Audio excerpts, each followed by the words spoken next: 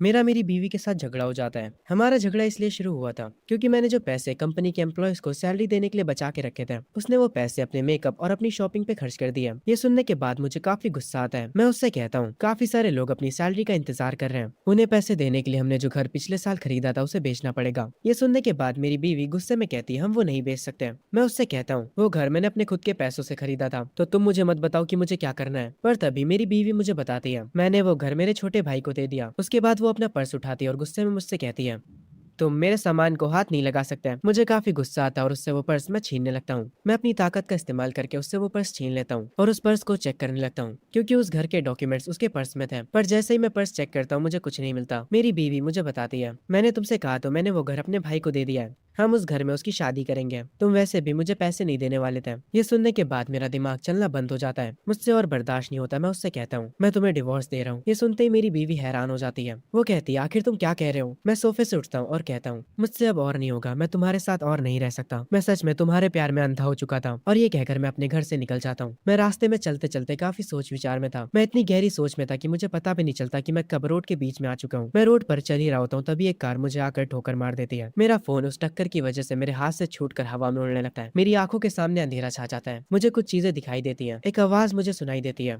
जब सब कुछ खत्म हो जाता है तभी सब कुछ शुरू होता है। और जैसे ही आवाज बंद होती है मुझे एक लाइट दिखाई देती है और अचानक से मेरी आंखें खुलती हैं। मैं तुरंत घबराया हुआ उठता हूँ। मेरे मन में एक ही सवाल था, मैं जिंदा कैसे बच गया। मेरा ध्यान अपनी आसपास की चीजों पर जाता है। मैं एग्जाम रूम में बैठा हुआ था। मुझे याद आता है ये एग्जाम तो मैंने कॉलेज लाइफ शुरू होने से पहले दिया था। मेरा ध्यान मेरे टीचर की तरफ जाता है। वो बिल्कुल वैसे ही थे जैसे वो हुआ करते थे। मैं अपने क्वेश्चन पेपर को देखता हूँ जिसमें डेट पड़ी होती है और ये कॉलेज एंट्रेंस एग्जाम होता है। मैं कसकर अपने पैर पर पंच करता हूँ और मुझे दर्द महसूस हो रहा था। ये पहली बार था जब दर्द होने पर भी मुझे खुशी होती है। मैं काफी एक्साइटेड हो जाता हूँ क्योंकि इस मोमेंट पर मुझे पता चल चुका था मैं टाइम में पीछे आ चुका हूँ। अब मैं अपनी गलतियों को दोबारा नहीं दोहराऊंगा। मैं तुरंत घड़ी की तरफ देखता हूँ। एग्जाम खत्म होने में 45 मिनट बचे थे क्योंकि अब मैं समय में पीछे आ चुका हूँ, इसीलिए मुझे टाइम का अच्छे से इस्तेमाल करना होगा। मैं तुरंत अपना पेपर लिखना शुरू कर देता हूँ। ये एग्जाम इंग्लिश का होता है। मुझे इंग्लिश इतने अच्छे से तो नहीं आती। पिछली बार मेरे एग्जाम खराब जाने की वजह से मैं एक बेकार के कॉलेज में चला गया था। मैं वो गलती दोबारा नहीं दोहराऊंगा।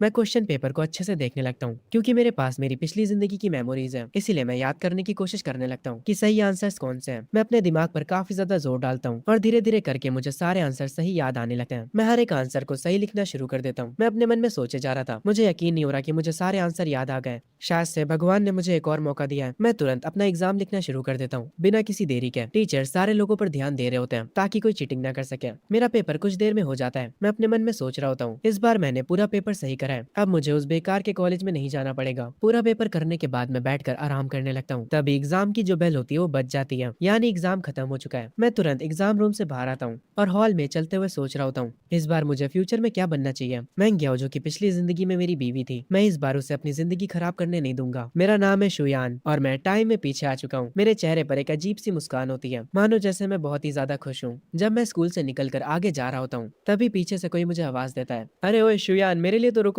मैं तुरंत पलट कर देखता हूँ और मैं देखता हूँ मेरा एक पुराना दोस्त मेरी तरफ भागते हुए आ रहा होता है। वो कह रहा होता है, शुयान आखिर तुम इतनी जल्दी कहाँ जा रहे हो, तुमने मेरा इंतजार क्यों नहीं करा। मैं अपने उस दोस्त को देखकर खुश हो जाता हूँ। अरे मेरे भाई वे, तुम कहाँ रह गए थे। वे मेरे पास आता और मेरे कंधे पर हाथ रखता और कहता है, अरे यार मैं बस तुझसे कुछ ही दिन नहीं मिला था और तू मुझे भूल गया क्या, एग्जाम ने तेरा दिमाग खराब कर दिया। मैं उससे मुस्कुराते हुए कहता हूँ, अरे नहीं यार सब ठीक गया, चलो चलते हैं। वे मेरा स्कूल टाइम का बेस्ट फ्रेंड है और जरा इसको अभी देखो तो ये कितना जवान लग रहा है। इस बेचारे को पता भी नहीं कि आगे चलकर इसका पेट बाहर आ जाएगा और इसकी किस्मत इसको कितना परेशान करने वाली है। वे शुयान से पूछता है, तो तेरा टेस्ट कैसा गया। मैं उसे बताता हूँ। वो काफी ज्यादा अच्छा गया, मुझे पूरा यकीन है कि मैं किसी टॉप कॉलेज में जा सकता हूँ। ये सुनने के बाद मेरा दोस्त वे कहता है, क्या मजाक कर रहे हो यार, तुम और टॉप कॉलेज, ठीक है अगर तुम टॉप कॉलेज में चले गए तो मैं जिंदगी भर तुम्हारा गुलाम बन जाऊंगा। ये सुनने के बाद मैं कहता हूँ, ठीक है फिर तो तैयार हो जाओ मेरे गुलाम बनने के लिए। ये सुनने के बाद वे हैरान हो जाता है और वो कहता है, यार तुम तो काफी कॉन्फिडेंट लग रहे हो। उसके बाद वे मेरे पास भागते हुए आता है और मुझसे कहता है, चल आजा दूसरे स्कूल के भी चक्कर लगा लेते हैं। मैं उससे कहता हूँ, पर क्यों। वे कहता है, क्यों से तेरा क्या मतलब है, मैं को देखने और क्या, तुम हर टेस्ट देने के बाद उसे देखने नहीं जाते थे उसके स्कूल में, क्या तुम ये भी भूल चुके हो। मैंगियाओ का नाम सुनकर मुझे थोड़ा सा गुस्सा आ जाता है और मैं कहता हूँ, नहीं मुझे उसे देखने नहीं जाना। और ये कहने के बाद मैं जल्दी जल्दी आगे जाने लगता हूँ। वे पीछे से आते हुए कह रहा होता है, हे इतनी तेज भी मत भागो। वो मुझे रोक कर कहता है, यार मैंगियाओ तो तेरी 3 सालों की क्रश है, तुम हर सुबह उसके लिए ब्रेकफास्ट भी लेकर आते थे, वो भी 3 सालों तक लगातार, तो अचानक से तुम्हें क्या हो गया है। ये सुनने के बाद मैं वे से कहता हूँ, नहीं मुझे कुछ नहीं हुआ है, मैं बस अपने घर जाना चाहता हूँ ताकि मैं अपने पेरेंट्स के साथ डिनर कर सकूँ। ये सुनने के बाद वे कहता है, शुयान आज तुम काफी अजीब लग रहे हो, तुम्हें आखिर हुआ क्या है। मैं उससे कहता हूँ, हाँ, मुझे भी लगता है कि मैं थोड़ा वियर्ड बन चुका हूँ। तभी मुझे किसी और पर्सन की आवाज़ आती है। मैं तुरंत उधर पलट कर देखता हूँ। तब मैं देखता हूँ मेरी आंखों के सामने मेरी मॉम खड़ी होती हैं। वो मुझे अपने पास बुलाती हैं। मैं वैसे कहता हूँ, आज के लिए बहुत हो गया भाई। चल कल रात नेट कैफे में मिलते हैं। मैं अभी जा रहा हूँ। ये कहकर मैं वहाँ से जाने लगता हूँ। वे पीछे से कह रहा होता है, यार ये बातों को कितनी जल्दी बदलता है। मैं अपने पेरेंट्स के पास भागते हुए चला जाता हूँ। मेरे मॉम एंड डैड दोनों मुझे लेने के लिए आए होते हैं। मैं उनके साथ कार में बैठ जाता हूँ। मेरी मॉम मुझसे टेस्ट के बारे में पूछती हैं। ये सुनने के बाद मेरे डैड जो कि कार को ड्राइव कर रहे होते हैं वो कहते हैं, हमने एग्री करा था कि हम उससे इस बारे में नहीं पूछेंगे, तुम उस पर प्रेशर मत डालो। मेरी मॉम ये सुनने के बाद कहती हैं, मुझे बस मेरे बेटे की चिंता है, ना कि आपके बिजनेस की। मैं आराम से कार में बैठा होता हूँ और मैं अपने मॉम डैड से कहता हूँ, आप लोग चिंता मत करिए, मैंने काफी अच्छा करा है। ये सुनने के बाद मेरी मॉम कहती है, क्या तुम सच कह रहे हो?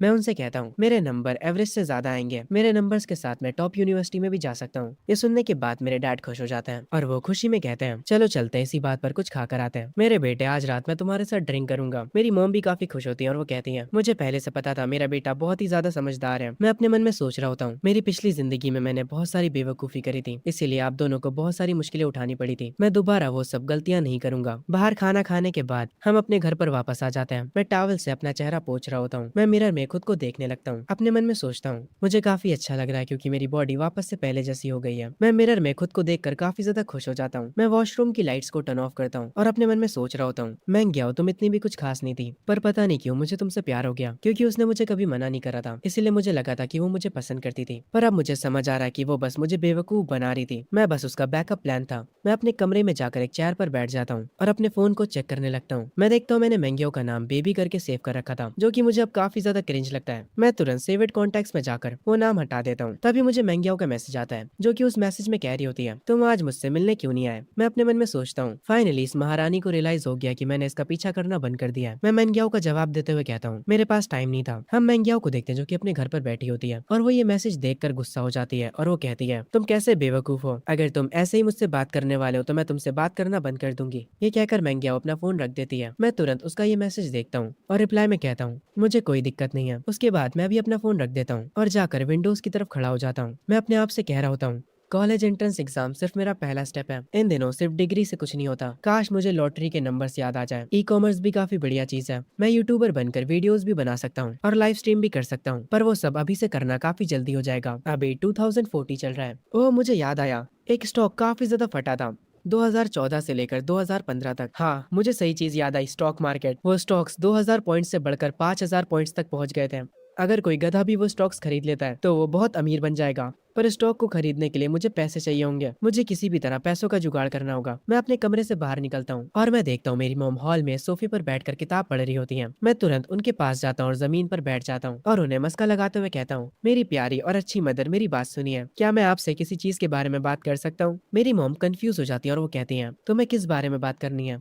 मैं उनसे कहता हूँ, क्योंकि अब एग्जाम खत्म हो चुके हैं, क्या मुझे कुछ पैसे मिल सकते हैं? और ये कहते हुए मैं कुछ आंसू भी बहा देता हूँ। ये सुनने के बाद मेरी मॉम कहती हैं, ठीक है, मैं तुम्हें 500 दूंगी, जाओ और उन पैसों को मेरे पर्स से निकाल लो। ये सुनने के बाद मैं मेरी मॉम से कहता हूँ, मॉम, अगर मैं टॉप यूनिवर्सिटी में चला जाता हूँ तो मेरे ग्रैंडपा और ग्रैंड माँ और सारे लोग मुझे पैसे देंगे और मुझे ग्रेजुएशन पार्टी में भी काफी सारे पैसे मिलेंगे गिफ्ट में। क्या मैं वो सारे पैसे खुद यूज कर सकता हूँ? ये सुनने के बाद मेरी मॉम थोड़ा गुस्सा होती है और वो कहती है, तुम शैतान बच्चे, तुम्हारे एग्जाम अभी अभी खत्म हुए और अभी से तुम्हारी नजर पैसों पर पड़ गई है। ठीक है, चलो मैं तुम्हारी बात मान लेती हूँ। अगर तुम टॉप यूनिवर्सिटी में जा पाए तो वो सारा पैसा तुम्हारा है। मेरी मॉम से ये सारी बातें करने के बाद मैं अपने बेड पर जाकर सो जाता हूँ और डायरेक्ट सुबह ही मेरी आंखें खुलती हैं। मैं तुरंत उठता हूँ और अपने रूम से बाहर आ जाता हूँ। मैं फ्रिज में से कुछ एग्स लेता हूँ और किचन में आकर ब्रेकफास्ट बनाने लग जाता हूँ। मैं अपना ब्रेकफास्ट खुद से ही बना रहा था। ये करते हुए मुझे मेरी मॉम देख लेती हैं। वो मेरे डैड को बुलाते हुए कहती हैं, जरा यहाँ आइए, देखिए तो जरा हमारा बेटा क्या कर रहा है। मेरे डैड आते हैं और वो मुझे किचन में देखकर काफी हैरान होते हैं और वो कहते हैं, ये तो ब्रेकफास्ट बना रहा है। मैं अपने मन में कह रहा होता हूँ, मैं क्या शादी के बाद कभी भी किचन में नहीं आई थी। मैंने बहुत कोशिश करी थी उसे कुकिंग सिखाने की, वो बस मुझसे गुस्से में कहती थी, अगर तुम घर पे हो तो मुझे खाना बनाने की क्या जरूरत है? अगर मैंने तुमसे शादी करी है तो मैं खाना क्यों बनाऊं? मैं अपने मन में कहता हूँ, क्या पागल औरत थी वो।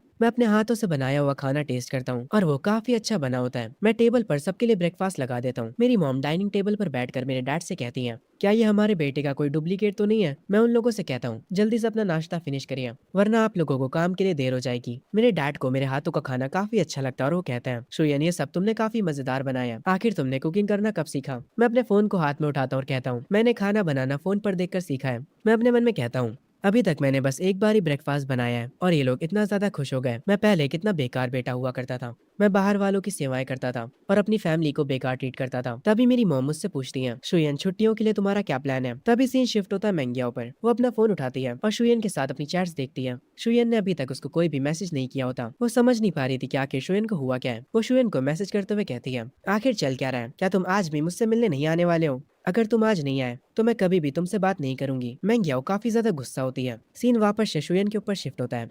शुयन अपना फोन चला रहा होता है और वो कहता है, मैं इस बार अपनी लाइफ को एंजॉय करूंगा। वो अपने दोस्तों से बात कर रहा होता है और उनसे कहता है, ठीक है, मैं तुमसे वहीं पर मिलूंगा जहाँ पर मैं तुमसे हमेशा मिलता हूँ। सीन वापस से मेंगियाओ के ऊपर शिफ्ट होता है। वो घर पर लेटी टीवी देख रही होती है। फिर वो अपना फोन उठाती है और अपनी एक दोस्त को कॉल करती है और उसे बताती है, पता नहीं शुयन के साथ क्या हुआ है। पहले वो मुझे हर दिन गुड नाइट और गुड मॉर्निंग के टेक्स्ट भेजा करता था, पर कल से तो उसने मेरा रिप्लाई भी नहीं किया है। वो मुझे नखरे दिखा रहा है। मेंगियाओ की दोस्त कहती है, उसे इग्नोर करो और फिर वो भागता भागता खुद तुम्हारे पास आ जाएगा। जब उसे पता चलेगा कि तुम्हें इग्नोर करके उसे कुछ नहीं मिलने वाला तो वो तुम्हें और ज्यादा स्पॉइल करेगा। मेंगियाओ कहती है, इन ट्रिक्स का यूज करके वो मेरी अटेंशन लेना चाहता है। मैं कुछ ज्यादा ही स्मार्ट हूँ उसके इस छोटे से गेम में फंसने के लिए। तभी सीन शिफ्ट होता हमारे एमसी और उसके दोस्त वे के ऊपर। वे काफी हैरानी में कहता है, आखिर तुझे आज हुआ क्या है? तुम पार्ट टाइम जॉब स्टार्ट कर रहे हो? मैं उससे कहता हूँ, तुम्हें क्या लगता है हम पढ़ाई क्यों करते हैं? वे जवाब में कहता है, हम पढ़ाई एक अच्छे कॉलेज में जाने के लिए करते हैं ताकि हम एक अच्छी यूनिवर्सिटी में जा सकें। मैं वे से कहता हूँ, तुम एक अच्छे कॉलेज क्यों जाना चाहते हो? वे कहता है, ताकि हमें एक अच्छी जॉब मिल सके। मैं उससे कहता हूँ, तुम्हें जॉब क्यों करनी है?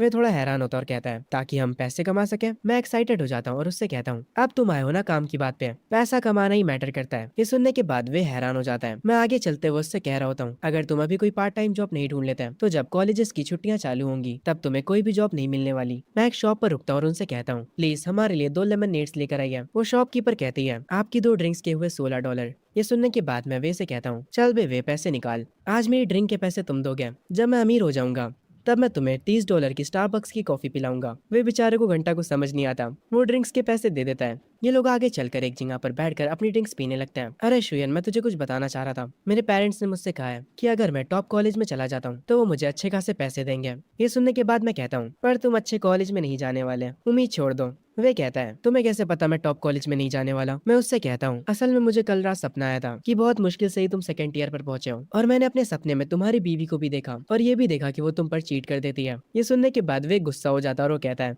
अबे तेरी तो तू क्या बात कर रहा है? तू अब अपने दोस्त को श्राप देगा? ये सुनने के बाद मैं हंसता हूँ और कहता हूँ, अरे ठीक है यार, कोई ना होता है, चलो उस जगह पर भी चलते हैं। मैं अपने हाथ को पॉइंट आउट करता हूँ एक मीट म्यूजिक पब की तरफ। वे कहता है, नहीं यार मैं नहीं जाऊंगा, मैं बहुत ज्यादा थका हुआ हूँ। मैं मुस्कुराते हुए उससे कहता हूँ, ठीक है, अगर तुम्हें नहीं जाना तो तुम मत जाओ, मैं तो जा रहा हूँ। उसके बाद मैं उस शॉप में आ जाता हूँ। मैं उनसे पूछता हूँ, हाय, क्या आप समर वर्कर्स को हायर कर रहे हैं? एक एम्प्लॉय टेबल को क्लीन करते हुए कहती है, हमारे बॉस अभी पीछे वाले रूम में, आप थोड़ा इंतजार करिए। ये कहकर वो एम्प्लॉय बॉस को बुलाने चली जाती है। तभी मेरे पीछे से कोई बोलता और कहता है, हे हैंडसम, जरा इधर देखो। मैं जब उधर पलट कर देखता हूँ तो वो एक लड़की होती है जो कि काफी सुंदर दिख रही होती है। वो मुझसे कहती है, क्या तुम जॉब ढूंढ रहे हो? मैं उस लड़की से कहता हूँ, हाँ, मैं इस समर के लिए जॉब ढूंढ रहा हूँ। मैंने कुछ टाइम पहले अपने कॉलेज एंट्रेंस एग्जाम को फिनिश करा है, इसीलिए अब मैं फ्री हूँ। वो लड़की सोफे पर बैठ जाती है और कहती है, क्या तुम्हारे पास कोई स्किल्स है? मैं उससे कहता हूँ, हाँ, मेरी स्किल्स काफी ज्यादा है। ये सुनकर वो लड़की हंसती है और मुझसे कहती है, ठीक है, मैं अब तुमसे मजाक करना बंद करती हूँ, तुम खड़े क्यों हो, तुम भी बैठ जाओ। मैं सोफे पर बैठ जाता हूँ। वो लड़की कहती है, हमारी शिफ्ट 5 बजे से लेकर 11 बजे तक है, सैलरी 2800 से ज्यादा होगी और अगर तुम कोई भी छुट्टी नहीं करते हो तो 150 एक्स्ट्रा मिलेंगे।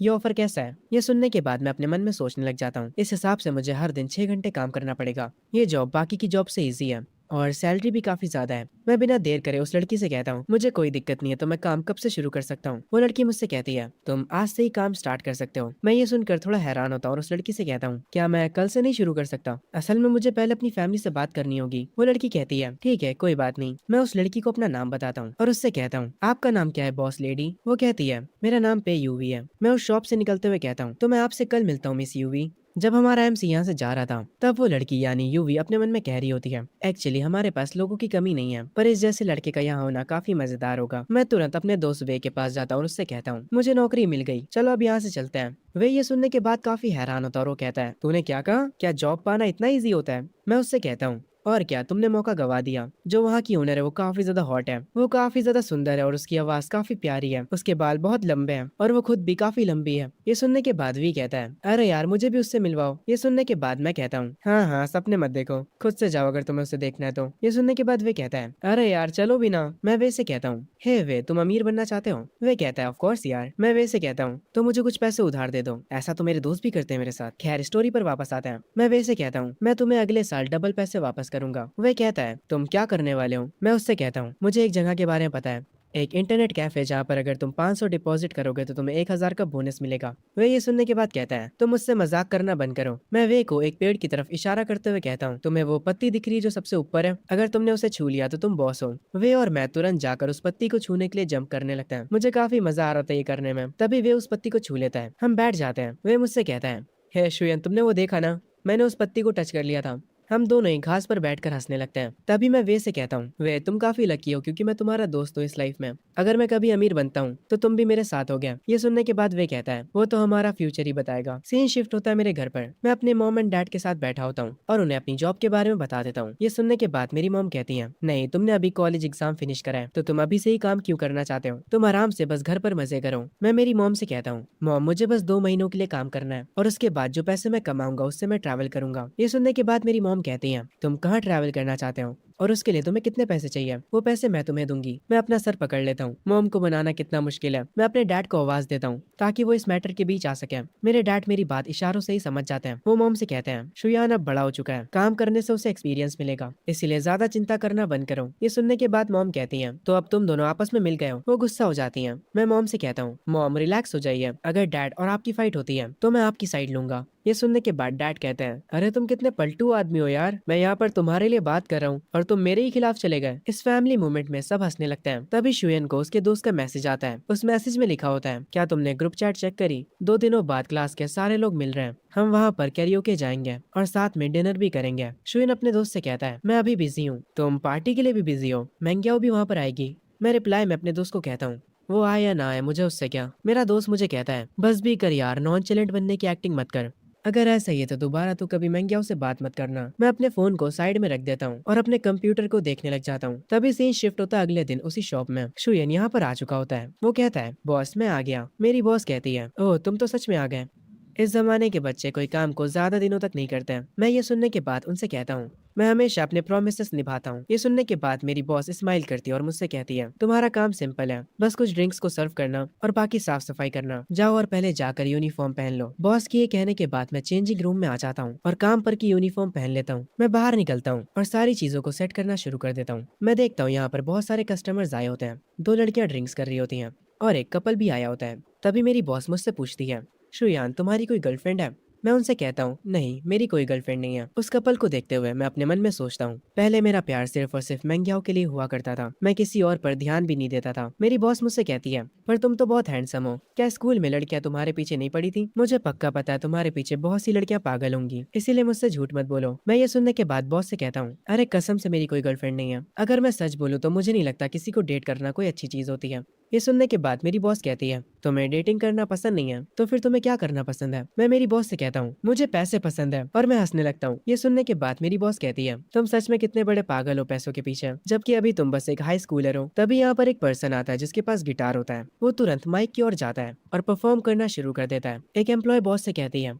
मैडम ये आज फिर से देर से आया है। बॉस कहती है, अरे छोड़ो, इन दिनों अच्छे सिंगर्स को ढूंढना बहुत मुश्किल काम है। वो सिंगर अपना परफॉर्मेंस शुरू कर देता है। मैं तुरंत बॉस के पास जाता हूँ और कहता हूँ, आखिर ये बंदा एक दिन में कितने कमा लेता होगा? मेरी बॉस मुझसे कहती है, ये 2 घंटे गाना गाने का $150 चार्ज करता है। तुम्हें इससे जलन तो नहीं होगी? वो सिंगर अपने स्टेज पर आराम से परफॉर्म कर रहा होता है। उसकी सिंगिंग को सुनकर मैं अपनी बॉस से कहता हूँ, पर वो इतना भी अच्छा नहीं गा रहा है। ये सुनने के बाद मेरी बॉस कहती है, अगर तुम्हें लगता है कि ये अच्छा नहीं गा पा रहा है तो कैसा रहेगा आज रात इसके बाद तुम गाओ, अगर तुम इससे बेटर गाते हो तो मैं तुम्हें $100 एक्स्ट्रा दूंगी। ये सुनने के बाद मैं थोड़ा सोच में पड़ जाता हूँ और अपने मन में कहता हूँ, पिछली जिंदगी में मैंने कुछ सालों तक गिटार की प्रैक्टिस करी थी ताकि मैं मैंग्याओ को इम्प्रेस कर सकूं। तो हाँ, मैं गिटार बजा सकता हूँ। मैं बॉस से कहता हूँ, हाँ ये ठीक है, मैं कर लूंगा। तभी मेरे फोन पर किसी का मैसेज आता है और मैं अपने फोन को पलट कर रख देता हूँ। ये देखने के बाद मेरी बॉस कहती है, तुम रिप्लाई क्यों नहीं कर रहे हो? तुम्हारी गर्लफ्रेंड को तुम्हारी चिंता हो रही होगी। मैं अपनी बॉस को बताता हूँ, वो नोटिफिकेशन क्लास रियूनियन की थी, मैंने उनसे कह दिया कि मैं नहीं आने वाला। ये सुनते ही मेरी बॉस कहती है, तो ये बात है, हाई स्कूल रियूनियन जल्दी नहीं हुआ करता है, तुम्हें वहाँ पर जाना चाहिए। क्या तुम काम से छुट्टी मांगने के लिए शर्मा रहे हो? मैं टेबल को साफ करते हुए कहता हूँ, नहीं ऐसा नहीं है, असल में मुझे रियूनियंस काफी बोरिंग लगता है। मेरी बॉस मुझसे कहती है, कोई बात नहीं, मैं तुम्हें छुट्टी दे रही हूँ, तुम कल काम पर मत आना।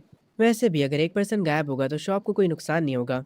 ये सुनने के बाद मैं मेरी बॉस से कहता हूँ, ठीक है मैं समझ गया, आपका शुक्रिया। मैं ड्रिंक्स के गिलास को अपने हाथों पर पकड़े होता हूँ और अपने मन में कहता हूँ, ठीक है महंगे आओ, टाइम आ चुका है जब तुम एक नए शुयान से मिलोगी। मैं वो ड्रिंक सारे कस्टमर्स में सर्व कर देता हूँ। मैं वापस आकर बॉस से बातें कर रहा होता हूँ, तभी वो सिंगर अपना परफॉर्मेंस खत्म करके यहाँ से जाने लगता है, पर मेरी बॉस उसे रोक लेती है और कहती है, हे देखो हमारे यहाँ पर एक नया समर वर्कर आया है, इसका नाम शुयान है और ये गाना भी गा सकता है, क्या तुम बैकअप में इसके साथ गाना गाओगे? ये सुनने के बाद वो सिंगर गुस्सा हो जाता है और वो कहता है, मैं इसके लिए प्ले करूंगा। मैं उस सिंगर से कहता हूँ, हे भाई क्या मैं कुछ समय के लिए तुम्हारा गिटार ले सकता हूँ? वो सिंगर गुस्से में मुझसे कहता है, तुझे ये बजाना भी आता है? मैं भी थोड़ा एटीट्यूड में कहता हूँ, हाँ मुझे आता है। वो सिंगर मुझे अपना गिटार दे देता और कहता है, ये लो और इसे खराब मत कर देना। मैं उस गिटार को लेकर स्टेज पर पहुंच जाता हूँ और उससे बजाना शुरू कर देता हूँ। मेरी उंगलियां गिटार के स्ट्रिंग्स को छू रही थी। मैं अपने मन में सोच रहा होता हूँ, मुझे कौन सा गाना गाना चाहिए। मुझे कोई मॉडर्न गाना चूज करना चाहिए जो कि यहाँ पर सबको पसंद आए। ठीक है, अब मैं गाना शुरू करता हूँ। मैं गाना गाना शुरू करता हूँ। मेरी बॉस मुझे देखने लग जाती हैं और सिर्फ मेरी बॉस ही नहीं बल्कि वहाँ के हर एक कस्टमर का ध्यान मुझ पर आ जाता है। मैं अपनी पुरानी मेमोरीज को याद करते हुए गाना गा रहा होता हूँ, इसीलिए मेरी आवाज में इमोशंस होते हैं जो कि उस सिंगर तक को हैरान कर देते हैं। उस शॉप की वेट्रेस भी मुझे देखने लग जाती है। मेरा पूरा फोकस गाने पर होता है। कुछ देर में गाना खत्म हो जाता है और जैसे ही गाना खत्म होता है सारे लोग मेरे लिए तालियां बजाना शुरू कर देते हैं। शॉप का हर एक कस्टमर मेरी तारीफ कर रहा होता है। मेरी बॉस भी मेरे लिए क्लैपिंग करने लगती है। मैं स्टेज से उतरकर बॉस के पास आ जाता हूँ। मैं काफी शर्मा रहा होता हूँ। मैं मेरी बॉस से कहता हूँ, आखिर सब लोग मुझे ही क्यों देख रहे हैं? मेरे साथ काम करने वाली दूसरी वेट्रेस मुझसे कहती है, शुयान तुम काफी अच्छा गाना गाते हो। मेरी बॉस कहती है, ये गाना सिर्फ अच्छा ही नहीं था बल्कि शुयन इस गाने को पूरे इमोशंस के साथ गा रहा था। वो सिंगर मुझसे आकर तुरंत अपना गिटार छीन लेता है और शॉप से तुरंत चला जाता है। मैं बॉस से पूछता हूँ, क्या वो सिंगर ठीक है? मेरी बॉस कहती है, उसके बारे में चिंता मत करो, मेरे पास आओ, अपना फोन बाहर निकालो और मुझे अपने वीचैट की आईडी दो, चलो हम एक दूसरे को ऐड करते हैं। मैंने तुम्हें $100 का बोनस देने के लिए कहा था। मैं अपनी आंखें नीचे करके बॉस से कहता हूँ,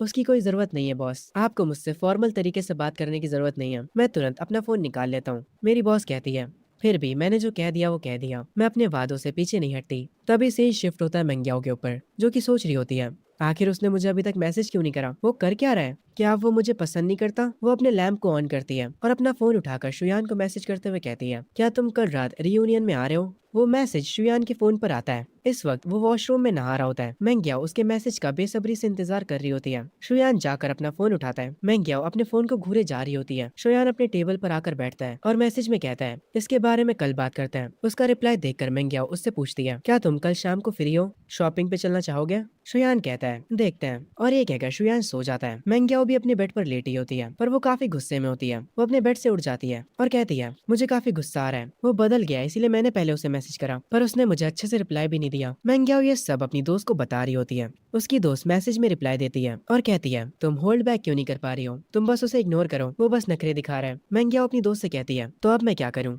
उसकी दोस्त कहती है, अब तुम्हारी बारी है नखरे दिखाने की। उसकी दोस्त मैसेज में मैंग्याओ से कहती है, कल के क्लास रियूनियन में तुम वहाँ पर डुआन के साथ जाना। जब शुयन तुम्हें उसके साथ देखेगा तो उसे जेलसी होगी। मैंग्याओ ये सुनकर कहती है, हाँ तुमने सही कहा। सही शिफ्ट होता है और हम वे को देखते हैं जो कि अपने बालों में स्प्रे मार रहा होता है और अपने बालों को सेट कर रहा होता है। वो अपने कोट को सही करता है और वापस से अपने बालों को सही करता है। वो मिरर के सामने खड़े होकर खुद को देखता है और अपने रूम से बाहर आता है। हम देखते हैं सोफे पर शुयान बैठा होता है। जैसे ही वे रूम से निकलता है वे शुयान से पूछता है, तो चल बता मैं कैसा लग रहा हूँ, क्या आज मैं अच्छा दिख रहा हूँ? शुयान कहता है, मैं यकीन के साथ तो नहीं कह सकता कि तू अच्छा दिख रहा है, पर अच्छा दिखने से ज्यादा तुम्हारे में एनर्जी ज्यादा लग रही है। तुम एकदम आज एक एनर्जेटिक पर्सन दिख रहे हो। ये सुनने के बाद वे कहता है, तुमने बिल्कुल सही कहा। वे भी जाकर सोफे पर बैठ जाता है। शुयन अपना फोन चला रहा होता है। वे उससे कहता है, आखिर तुम फोन में क्या कर रहे हो? क्या तुम किसी लड़की से बात कर रहे हो? पर जैसे ही वे फोन में झांक कर देखता है वो हैरान हो जाता है और कहता है, तुम प्रैक्टिस टेस्ट को सॉल्व कर रहे हो? क्या तुम पागल हो गए हो?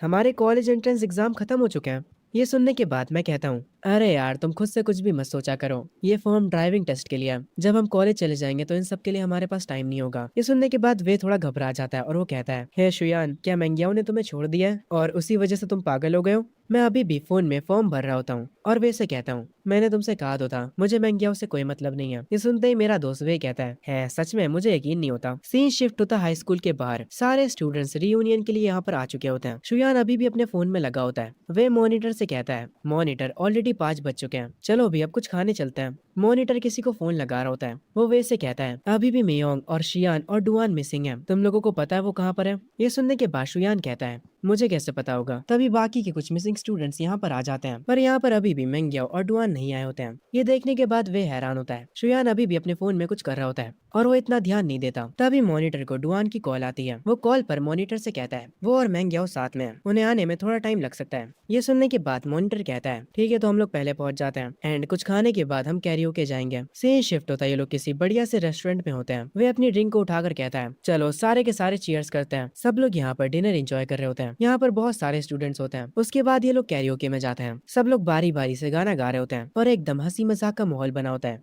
तभी वे इस बीच शोएन के पास आता है और वो शोएन से कहता है आखिर तुम बूढ़े आदमियों जैसे बैठकर यहाँ पर क्या कर रहे हो, चलो भी हमारे साथ गाना गाओ। शोयान ये सुनने के बाद कहता है मैं बस थोड़ी देर और यहाँ पर हूँ, उसके बाद मैं चला जाऊंगा। वह शोयान के पास वाली सीट पर बैठ जाता है और उससे कहता है मेंग्याओ भी अभी तक नहीं आई है। तभी एक बंदा दरवाजा खोलकर अंदर आता और कहता है लिंजिया बाहर किसी से बहस कर रहा है, ऐसा लगता है जल्दी ही लड़ाई होने वाली है। मॉनिटर तुरंत उठता है और कहता है चलो चलते हैं, देखते हैं वहाँ पर क्या हो रहा है। वे भी बाहर जाने लगता है। वो शोयन से कहता है ओए तू क्या कर रहा है वहाँ पर बैठा हुआ, जल्दी करो चलो नीचे। हम देखते हैं ये लिंजिया नाम का स्टूडेंट अपने से काफी बड़े बंदे से भिड़ रहा होता है। वो मस्कुलर बंदा कहता है क्या बे छोटे तुझे जीने से प्यार नहीं है? यहाँ पर मॉनिटर आता है, वो कहता है अरे मेरे बड़े भाई उसने बहुत ज्यादा पी ली है, मैं उसकी तरफ से माफी मांगता हूँ। वो मस्कुलर बंदा कहता है अब तू कौन है चिरकुट, चला जा यहाँ से वरना पिट पिट जाएगा। हम देखते हैं असल में ये फाइट वॉशरूम में हो रही होती है। सारे लोग वॉशरूम के बाहर भीड़ लगा देते हैं। शोयान उस भीड़ में से होकर अंदर जाता है। शोयान यहाँ का नजारा देखकर अपने मन में कहता है लिंजिया कुछ ज्यादा ही बन रहा था, हल्का सा उसने ड्रिंक क्या कर लिया, उसे लगने लगा वो किसी से भी भिड़ सकता है। और ये मस्कुलर बंदा ये भी शराब के नशे में पागल हो चुका है। शोयान उनके बीच में जाता और कहता है अरे यार हमारे क्लासमेट से जरा सी गलती हो गई, असल में हमने कुछ टाइम पहले कॉलेज एंट्रेंस एग्जाम को फिनिश करा है, तो यार माफ कर दो हमें। वो मस्कुलर बंदा चिल्लाते हुए कहता है अब तू कौन है बे, मेरे रास्ते से हट जा। ये सुनने के बाद शोयान को भी गुस्सा आ जाता है और वो कहता है यार तुम अच्छे से बात नहीं कर सकते हो क्या, तुम क्या ये बात भूल रहे हो कि हम अभी तक स्टूडेंट्स हैं? अगर तुम सच में सीन को बढ़ाना चाहते हो तो मैं तुम्हें नहीं रोकूंगा। तुम्हें क्या लगता है जब पुलिस आएगी तो वो किसकी साइड लेगी, तुम्हारी या फिर हम स्टूडेंट्स की? जरा सोचो इसके बारे में। ये सुनने के बाद उस मस्कुलर बंदे को गुस्सा तो आता है, पर वो इतना जान चुका था कि शोयन सही कह रहा है। शोयन दोबारा से कहता है चलो भी भाई अब इस मामले को खत्म करते हैं। वो मस्कुलर बंदा कहता है ठीक है जाओ, तुम लोगों को माफ करा, मैं वैसे भी आज अच्छे मूड में हूँ, मुझे अपना टाइम खराब नहीं करना बच्चों के साथ बहस करके। शोयन मुस्कुराते हुए कहता है तुम्हारा शुक्रिया बड़े भाई, अपना ध्यान रखना। वो मस्कुलर बंदा वहाँ से चला जाता है। सब लोग वापस से कैरियोके में आ जाते हैं गाना गाने के लिए। दो लड़के व्हाइट शर्ट में बैठे होते हैं और वो लोग शोयन के बारे में बुरा भला कह रहे होते हैं। वो लोग कह रहे होते हैं शोयन एकदम डरपोक बंदा है। वे की नजर उन दोनों पर पड़ जाती है। दूसरा व्हाइट शर्ट वाला बंदा कहता है हाँ तुम बिल्कुल सही कह रहे हो, शोयन बिल्कुल फट्टू है। इनकी बातें सुनने के बाद वे को गुस्सा आ जाता है और वो कहता है जरा देखो तो कौन बातें कर रहा है, जब लफड़ा हुआ था तब तुम लोग तो भाग गए थे और अब तुम लोग यहाँ पर आकर अपना मुंह चला रहे हो, जबरदस्ती के टफ गए होने की एक्टिंग कर रहे हो। ये सुनने के बाद वो दोनों लड़के शर्मिंदा हो जाते हैं, पर शोएन इन सारी चीजों पर ध्यान नहीं देता। वे शोएन से कहता है यार वो लोग तुम्हारे बारे में बकवास कर रहे थे, पता नहीं वो लोग तुम्हें फट्टू क्यों कह रहे थे। शोएन कहता है जब बातों से सब कुछ सॉल्व हो सकता है तो लड़ाई करने की क्या जरूरत है, उन्हें आगे चलकर समझ आ जाएगा कि लड़ाई करने से सब कुछ ठीक नहीं हो जाता, अभी ये सब बच्चे हैं। ये सुनने के बाद वे कहता है यार आजकल तुम कुछ ज्यादा ही बड़ों वाली बातें नहीं कर रहे हो। शोएन कहता है अरे यार मैं बड़ा ही तो हूँ, मैं तुम्हारा पापा हूँ, भूल तो नहीं गए तुम। ये सुनने के बाद वे कहता है अबे तू साले चुप रहा कर। शोएन अपनी ड्रिंक को एंजॉय कर रहा होता है और वे भी। ये लोग बार बार ड्रिंक करे जा रहे होते हैं। शोएन थोड़ी देर में कहता है यार अब मैं इससे ज्यादा नहीं पी सकता, और ये कहकर वो सो जाता है। तभी वे उसे उठाते हुए कहता है ओए शोएन जल्दी उठ, मैनग्याओ आ चुकी है। ये सुनने के बाद शोएन धीरे से अपनी आंखें खोलता है। उसके सामने मैनग्याओ खड़ी होती है और वो कहती है क्या तुम्हें लगा मैं और डुआन डेट कर रहे हैं इसीलिए तुमने इतनी ज्यादा पी ली? पर शोयन इसकी बातों पर ध्यान नहीं देता और वो कहता है मुझे नींद आ रही है, मुझे सोने दो। ये सुनने के बाद सब हैरान हो जाते हैं। वे कहता है शोयन उठ जा, तेरे सामने मेंग्याओ खड़ी है। शोयन जब दोबारा से अपनी आंखें खोलता है तो उसे छोटी वाली मेंग्याओ की जगह बड़ी वाली मेंग्याओ दिख रही होती है, जो कि उसकी बीवी थी। शोयन अपने सर पर हाथ रखता और कहता है मैंने कुछ ज्यादा ही पी लिया, इसीलिए अब मैं घर जा रहा हूँ। ये कहने के बाद वो मेंग्याओ के सामने से निकल जाता है। मेंग्याओ और उसकी दोस्त काफी हैरान हो जाती हैं। मेंग्याओ की दोस्त उससे कहती है कोई बात नहीं मेंग्याओ, वो बस जेलस है और तुम्हें चिढ़ाने के लिए नाटक कर रहा है। पर मेंग्याओ की आंखों से आंसू आ जाते हैं। वो कहती है शायद से तुम सही कह रही हो। हम शोयन को देखते हैं जो कि एक नदी के पास खड़ा होता है। एक लड़की उसके पास में गिटार बजा रही होती है। शोयन अपनी सोच में डूबा होता है, पर तभी उसे उल्टी जैसा फील होने लगता है। वो पास में बैठी लड़की से कहता है हे तुम्हारे पास टिश्यू होगा क्या? वो लड़की उसे टिश्यू दे देती है। शोयन अपना मुंह साफ करता है और उस लड़की को शुक्रिया बोलता है। वो लड़की वापस से अपना गिटार बजाने लगती है। शोयन नदी को देखने लगता है और वो लड़की जो गिटार बजा रही होती है वो उसे सुन रहा होता है। आखिर में वो भी सीढ़ियों पर बैठ जाता है। वो उस लड़की को कहता है, तुम स्ट्रिंग्स पर कुछ ज्यादा ही प्रेशर डाल रही हो और तुम्हारी टाइमिंग भी सही नहीं है, पर वो ट्यून काफी अच्छी है। वो लड़की शोएन को देखती है। शोएन थोड़ा हैरान हो जाता है। तभी वो लड़की अपना गिटार शोएन को देने लगती है। शोएन कहता है, आखिर तुम क्या कर रही हो? लग रहा है तुम्हें मेरी बातों का बुरा लग गया। क्या तुम देखना चाहती हो कि मैं क्या कर सकता हूँ? शोएन उठता है और उससे वो गिटार ले लेता है और सीढ़ियों पर बैठकर उसे बजाना शुरू करता है। जैसे जैसे उसकी उंगलियां गिटार पर चल रही होती हैं, वो लड़की शोएन को हैरानी से देखती है। उसके चेहरे पर एक मुस्कुराहट आ जाती है, जैसे मानो उसे शोएन का गाना पसंद आ रहा हो। शोएन भी फुल इमोशंस के साथ गिटार को बजा रहा होता है। वो लड़की उसकी गिटार की स्किल्स को देखकर काफी हैरान हो जाती है। शोएन खड़ा होता है और कहता है, मैंने अभी तक खुद को इंट्रोड्यूस नहीं करा। मेरा नाम शोएन है। वो उस लड़की को उसका गिटार वापस देता है, पर वो लड़की शोएन से कुछ भी नहीं बोलती। तभी दूर से एक कार की आवाज आती है। वो मुझे अपना हाथ दिखाती है, जैसे मुझे बाय बोल रही हो। उसके बाद वो पलट कर चली जाती है। मैं भी उसे बाय बोलता हूँ और अपने मन में सोचता हूँ, ये लड़की कितनी प्यारी थी, पर उसने मुझसे कुछ बोला नहीं। शोएन को बुरा लगता है कि उस लड़की ने उसका जवाब नहीं दिया, पर वो देख नहीं पाता कि वो लड़की यहाँ से जाते वक्त स्माइल कर रही होती है। शोएन वापस से सोच में पड़ जाता है। तभी सीन शिफ्ट होता है अगली सुबह। वो अपने बेड पर सो रहा होता है। तभी उसके फोन पर मेनग्याओ का मैसेज आता है। उस मैसेज की आवाज से उसकी आंखें खुलती हैं। वो अपने बेड से उठता है और अपना फोन उठाकर उन मैसेजेस को देखता है। उन मैसेजेस में मेनग्याओ कह रही होती है, शोएन तुम्हें कोई गलतफहमी हुई है। मैं कल पूरा दिन अपनी दोस्त के साथ थी और मैं रास्ते में डुआन से टकरा गई थी। मैंने सुना एक नया आर्केड खुला है। क्या तुम आज शाम मेरे साथ जाना चाहोगे वहाँ? शोएन दूध पीते पीते उसके ये सारे मैसेजेस देख रहा होता है। शोएन उसके रिप्लाई में कहता है, तुम्हें ये सब मुझे एक्सप्लेन करने की जरूरत नहीं है, और मैं आज शाम बिजी हूँ और मैं काफी समय तक बिजी ही रहने वाला हूँ। मैन गया अपने घर पर होती है। मैन गया अपने मन में सोचती है, क्या अब मैं इसे पसंद नहीं हूँ? इसके बाद शोएन का कोई भी जवाब नहीं आता। मैन ग्याओ की आंखों में आंसू आ जाते हैं। से शिफ्ट होता है शोएन की शॉप पर। वहाँ पर वो देखता है बॉस खुद से कुछ बॉक्सेस को उठा रही होती है। वो तुरंत भागते हुए उनके पास जाता है और उनसे कहता है, रुकिए मैं आपकी मदद करता हूँ।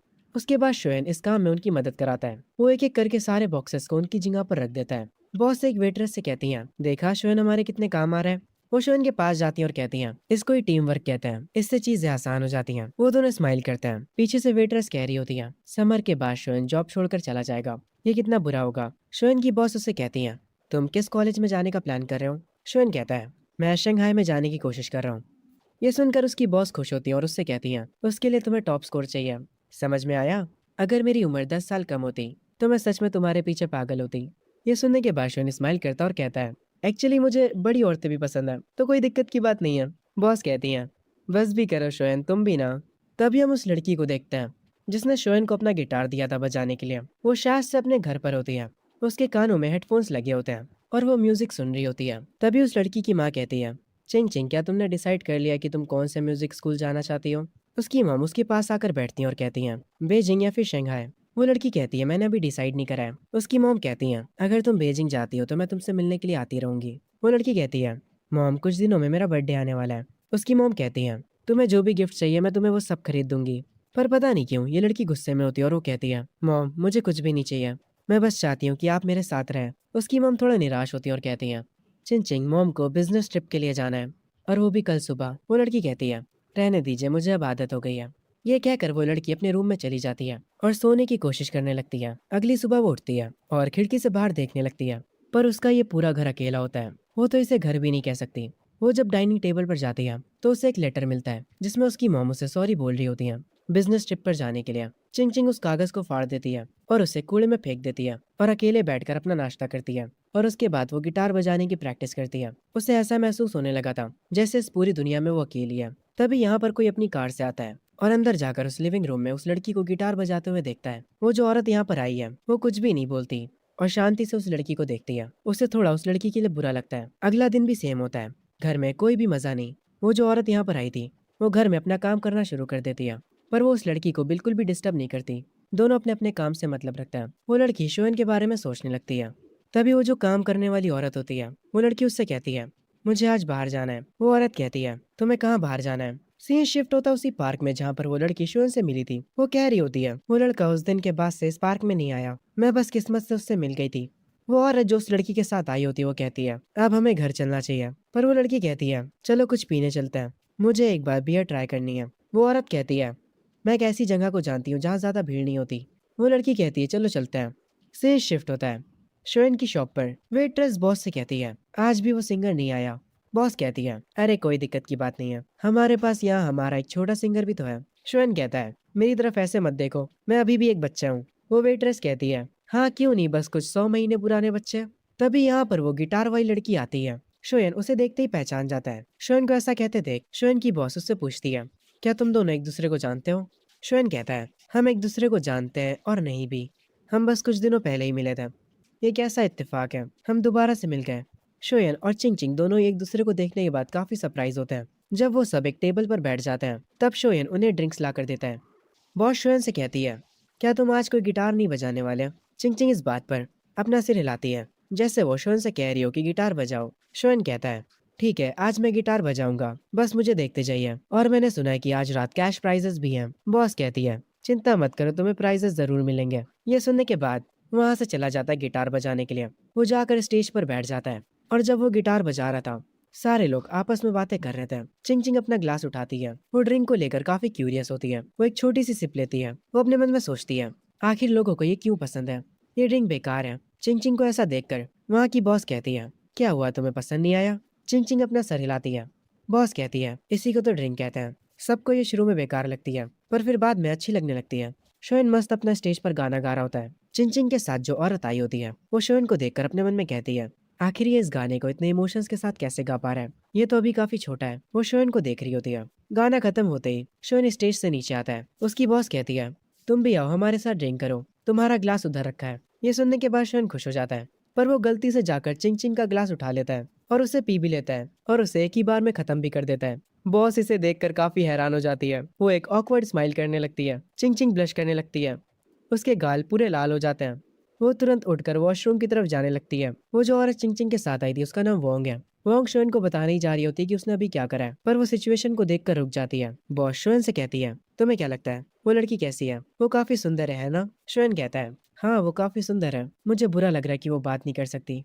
ये सुनते ही वोंग कहती है, तुम क्या बात कर रहे हो, वो बस ज्यादा बोलती नहीं है, पर वो बोल सकती है।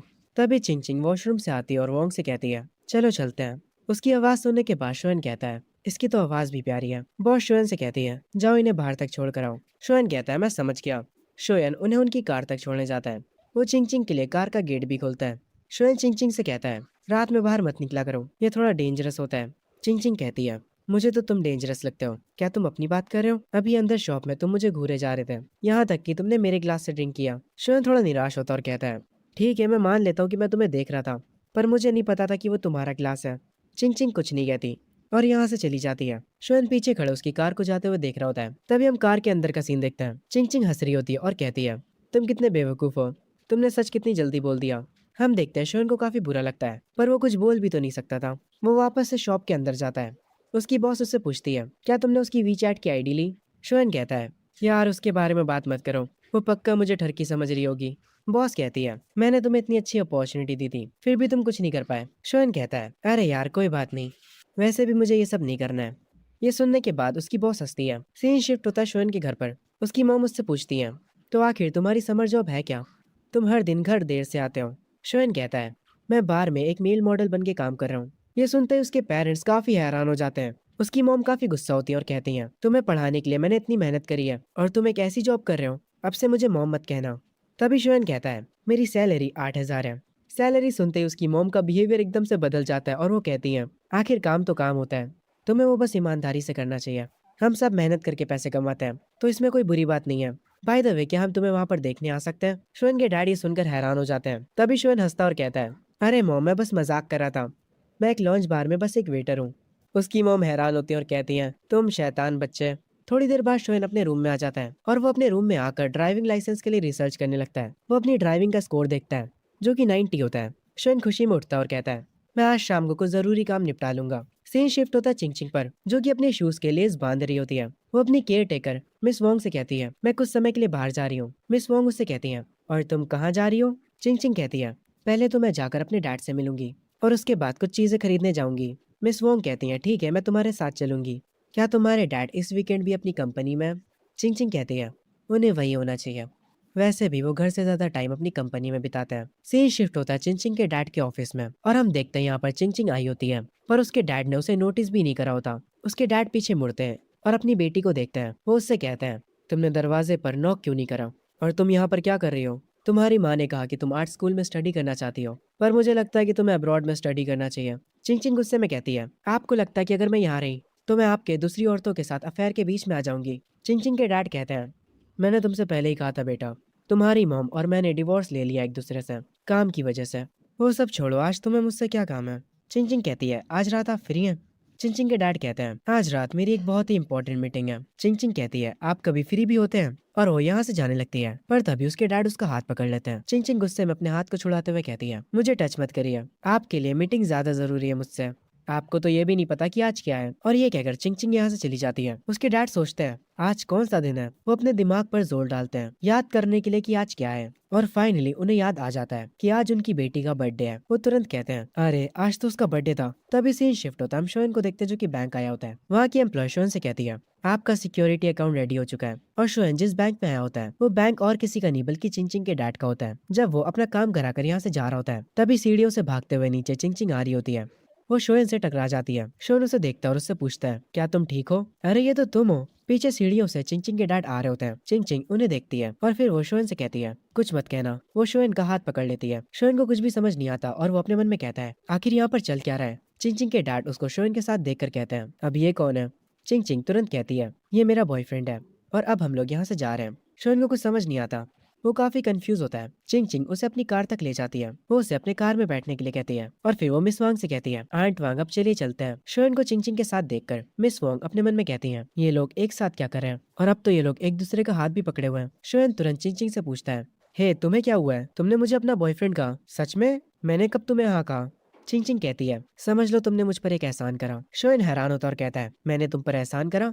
तुम्हारे में सच में कोई भी शर्म नहीं है। चिंग चिंग कहती है, तो फिर तुम्हें और क्या चाहिए?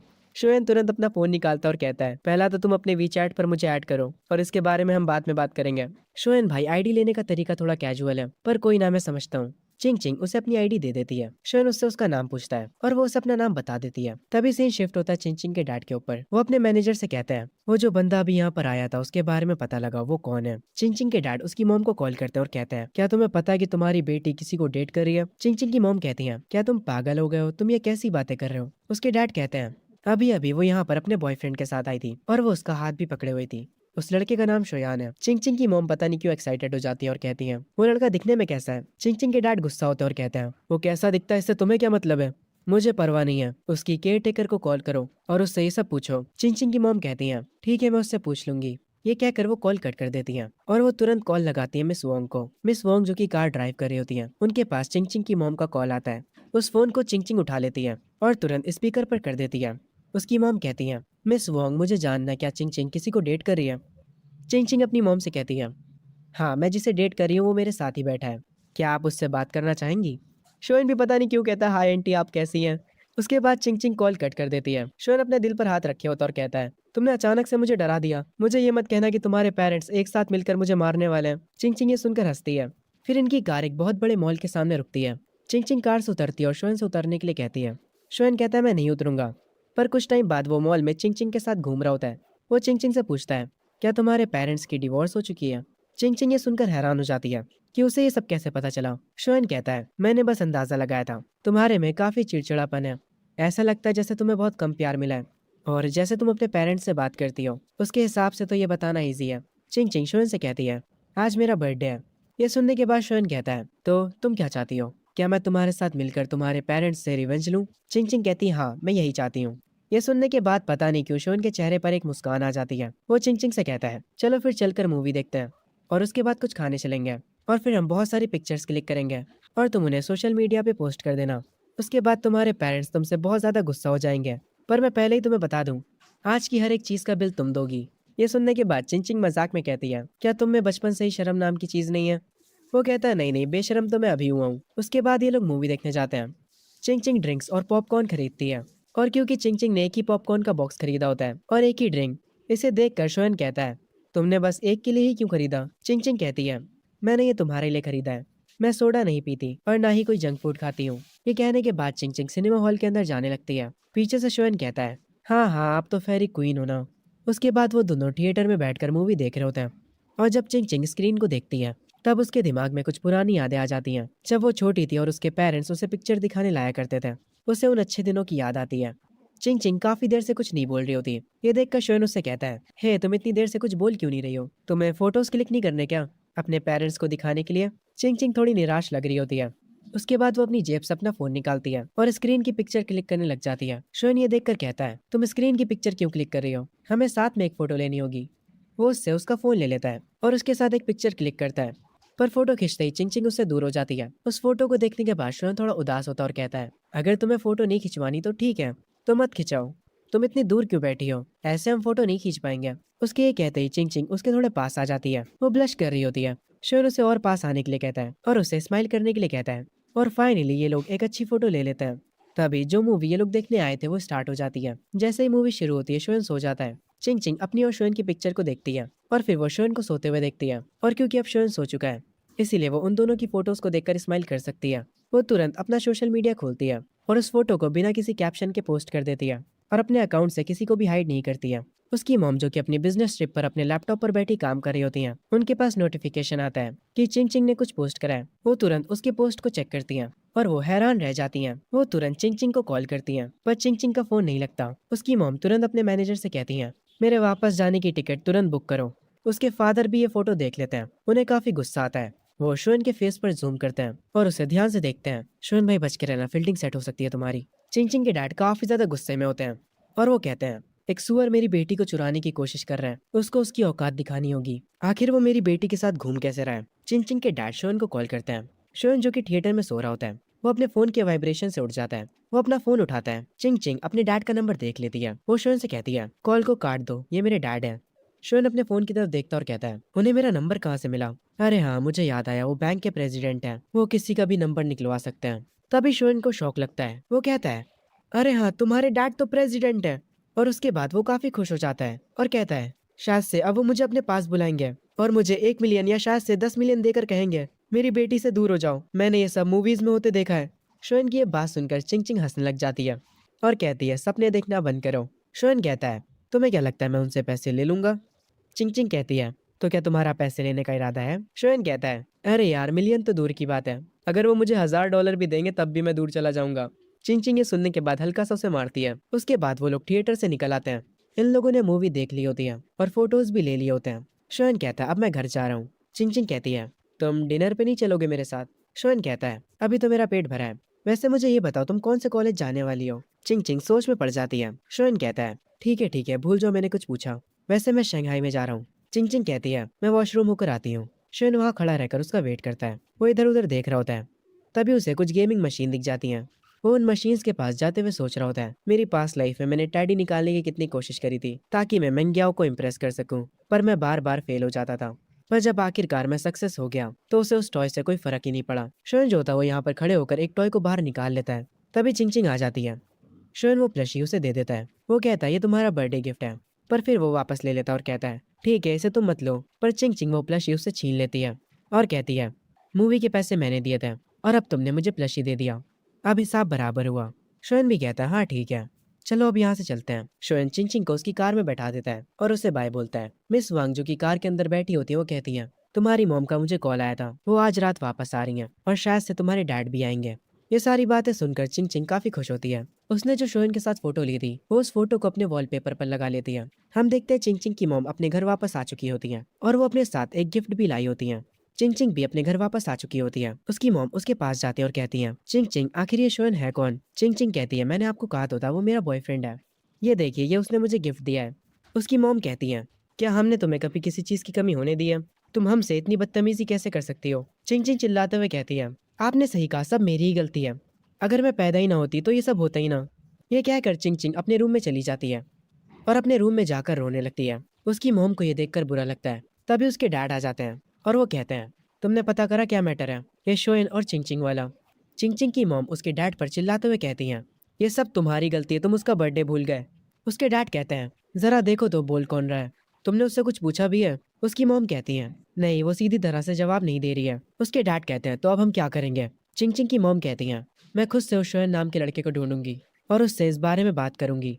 सीन शिफ्ट होता है शोएन के ऊपर जो कि अपनी शॉप पर होता है और वो चैट पर चिंग चिंग से ही बात कर रहा होता है। वो उससे कह रहा होता है, मुझे अब रिग्रेट हो रहा है, मुझे तुम्हारे साथ डिनर कर लेना चाहिए था, अब मुझे काफी भूख लग रही है। चिंग चिंग भी अपने घर पर अपने पेरेंट्स के साथ डाइनिंग टेबल पर होती है। चिंग चिंग उसके मैसेज का रिप्लाई करते हुए कहती है, तुम्हारे साथ यही होना चाहिए था, अब तुम भूखे ही रहो। खैर फिर भी वो शोएन से पूछती है, अच्छा बताओ मुझे तुम क्या खाना चाहते हो। तभी शोएन को उसकी बॉस बुलाती है, पर फिर भी शोएन फोन में लगा होता है। उसकी बॉस कहती है, तुम्हारे सामने कस्टमर्स हैं, बाद में बात कर लेना। शोएन जल्दी से फोन को छोड़कर कस्टमर्स के पास जाता है। सीन शिफ्ट होता है चिंग चिंग के घर पर। उसके बर्थडे का जो केक बचा था। चिंग चिंग मिस वोंग से कहती है, आंटी वोंग आप इस केक को उस बार में पहुंचा दीजिए जहां हम गए थे। ये सुनने के बाद चिंग चिंग के पेरेंट्स कहते हैं, तुम ये केक किसके पास भेज रही हो। चिंग चिंग कहती है, शोएन के पास। ये सुनकर उसके मॉम डैड हैरान हो जाते हैं। सीन शिफ्ट होता है। आंट वांग उस केक को लेकर शोएन की शॉप पर आ जाती है। शोएन की बॉस कहती है, देखो तो जरा कौन आया है। आंट वोंग कहती है, हाँ मैं कुछ डिलीवर करने आई हूँ। शोएन कहता है, आंट वोंग आप आ गई। आंट वोंग कहती है, चिंग चिंग ने मुझसे कहा था कि मैं इस केक को तुम तक पहुंचा दूं। ये सुनने के बाद शोएन थोड़ा शॉक होता है और वो कहता है,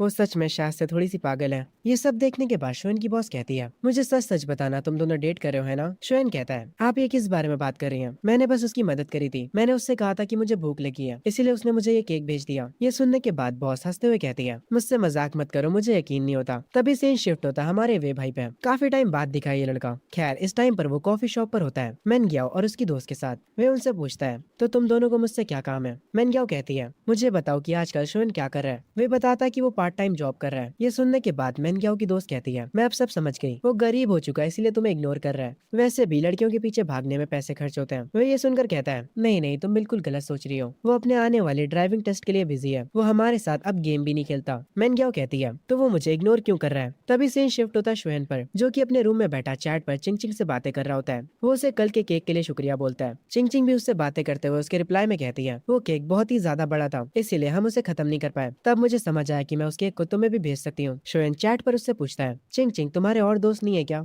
ये सुनने के बाद चिंग चिंग थोड़ा शांत हो जाती है और कहती है, तुम्हें इससे क्या मतलब। शोएन कहता है, ऐसा लगता है मैंने सच बोल दिया, कल के केक की वजह से मैं तुमसे अच्छे से बोल रहा था, मैं तुम्हारा एक अच्छा दोस्त बन सकता हूँ। चिंग चिंग कहती है, तुम्हारा शुक्रिया पर इसकी जरूरत नहीं है। शोएन अपने बेड पर लेट जाता है और पूछता है, तुम क्या कर रही हो। चिंग चिंग बोलती है, तुम्हारा इससे क्या मतलब है। शोएन कहता है, मैं बस क्यूरियस हूँ तुम्हारे जैसे अमीर बच्चे अपना टाइम पास कैसे करते हैं। वो कहती है कि मैं कॉमिक्स पढ़ती हूँ, क्या तुम्हें भी वो पसंद है। शोएन कहता है, हाँ मुझे बहुत पसंद है। शोएन कहता है, मैंने जो कॉमिक्स पढ़ी है वो तुमने भी कभी नहीं पढ़ी होंगी। ये सुनने के बाद चिंग चिंग कहती है, आखिर तुम ऐसा क्या पढ़ रहे हो। शोएन कहता है, मैं तो एच मानवा पढ़ता हूँ। ये सुनने के बाद चिंग चिंग उसे ठरकी बोलती है। तभी सीन वापस से वे पर शिफ्ट होता है। वो गुस्से में मेनग्याओ से कहता है, पहले शोएन हर जगह तुम्हारा पीछा किया करता था, पर क्या तुमने कभी उस पर ध्यान दिया है। ये सुनने के बाद मेनग्याओ की दोस्त कहती है, तुम लड़कों को लगता क्या है, अगर तुम हमें अच्छे से ट्रीट करो तो हम तुम्हें हाँ कर देंगे। ये सुनते ही वे कहता है, अगर वो तुम्हें पसंद नहीं था तो तुम्हें उसे रिजेक्ट कर देना चाहिए था, पर तुम उसका फायदा उठाती रही, तुम उससे भी बातें करती रही और उसी टाइम पर तुम दूसरे लड़कों के साथ भी फ्लर्ट कर रही थी। आखिर इसमें तुम्हें मजा क्या आता है। मेनग्याओ की दोस्त कहती है, तुम ये क्या क्या कह रहे हो। वे अपनी कॉफी को उठाते हुए कहता है, तुम प्ले गर्ल्स ऐसे ही बात करती हो। तभी हम शोएन के डैड को देखते हैं, जो कि अपनी चाय के मजे लेते हुए न्यूज़पेपर को पढ़ रहे होते हैं। तभी यहाँ पर शोएन आ जाता है। वो अपने डैड से कहता है, डैड मुझे आपसे कुछ बात करनी है। उसके डैड कहते हैं, अगर तुम्हें पैसे चाहिए तो अपनी माँ से मांग लो। ये कहकर वो वापस से चाय पीने लगते हैं। शोएन कहता है, असल में मुझे ड्राइविंग स्कूल के लिए साइन अप करना है। ये सुनने के बाद उसके डैड कहते हैं, मुझसे पैसे मत मांगो, मैं बहुत गरीब हूँ।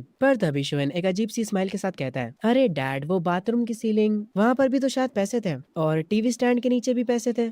मुझे पता है कि आप पिछले 6 महीनों से पैसे जमा कर रहे हो। ये सुनते ही उसके डैड की चाय गिर जाती है और वो कहते हैं, तुम्हें ये सब कैसे पता। शोएन बस हंसता है। उसके डैड कहते हैं, ठीक है मैं कल लिविंग रूम के टेबल पर पैसे रख दूंगा। ये सुनने के बाद शोएन कहता है, ये हुई ना बात, मैं अब काम पर जा रहा हूँ। तभी वापस से सीन वे पर आता है। वो मैन ग्याओ और उसकी दोस्त से कहता है, तुम लोग पागल हो, पता नहीं किस तरह का लॉजिक इस्तेमाल कर रहे हो। मैन ग्याओ वे से कहती है, शोएन को मत बताना कि तुम मुझसे मिले थे और मुझे बताओ कि वो कहाँ पर काम करता है। वे उसकी बातों का जवाब नहीं देता और उसे इग्नोर करके यहाँ से जाने लगता है। वे अपनी ही बातों में लगा हुआ था। वो सोच रहा था, यहाँ की दूध वाली चाय अब पहले जैसी नहीं रही। मेनग्याओ की दोस्त मेनग्याओ से कहती है, तुम ज्यादा सोचना बंद करो, कॉलेज में और भी क्यूट क्यूट लड़के मिलेंगे। शोएन को तुम्हें खोने के बाद पछतावा जरूर होगा। मेनग्याओ कहती है, मैं बस ये जानना चाहती हूँ कि वो अचानक से क्यों बदल गया। तभी सीन शिफ्ट होता है चिंग चिंग की मॉम के ऊपर, जो कि शोएन के बार के सामने पहुंच चुकी होती है। वो आंट वांग को कॉल करती है और कहती है, मैं उस लड़के के बार के पास आ चुकी हूँ, अगर चिंग चिंग बाहर निकले तो मुझे तुरंत बता देना। ये कहकर वो फोन रख देती हैं। वो उस बार के अंदर जाने लगती हैं। वो बार के अंदर जाते ही बॉस को और एक वेट्रेस को देखती है और उस बार के अंदर सिर्फ एक ही लड़का होता है जो कि काम कर रहा होता है। उस लड़के को तुरंत देखते ही चिंग चिंग की मॉम समझ जाती है कि यही लड़का उनकी लड़की का बॉयफ्रेंड है। उसकी मॉम उससे जाकर कहती है, तुम्हारा नाम शोएन है ना। शोएन कहता है, हाँ वो मेरा ही नाम है, पर आप कौन है। वो जाकर एक टेबल के पास बैठने लगती है और कहती है, मैं चिंग चिंग की मॉम हूँ, क्या हम थोड़ी देर के लिए बात कर सकते हैं। शोयन बिना कुछ कहे उनके पास जाकर बैठ जाता है। बॉस ये सीन देखकर वेट्रेस से कहती है, ये लो आ गई मुसीबत। चिंग चिंग की मॉम कहती है, तो मुझे बताओ तुम मेरी बेटी से कहाँ पर मिले थे? शोयन कहता है, हम एक लेक के पास मिले थे और फिर इस बार में एक बार मिले थे और मैं उससे तीसरी बार उसके बर्थडे पर मिला था। ये सुनने के बाद उसकी मॉम कहती है, तो तुम बस मेरी बेटी से 3 बार ही मिले हो और तुम लोग अभी से डेट करने लगे?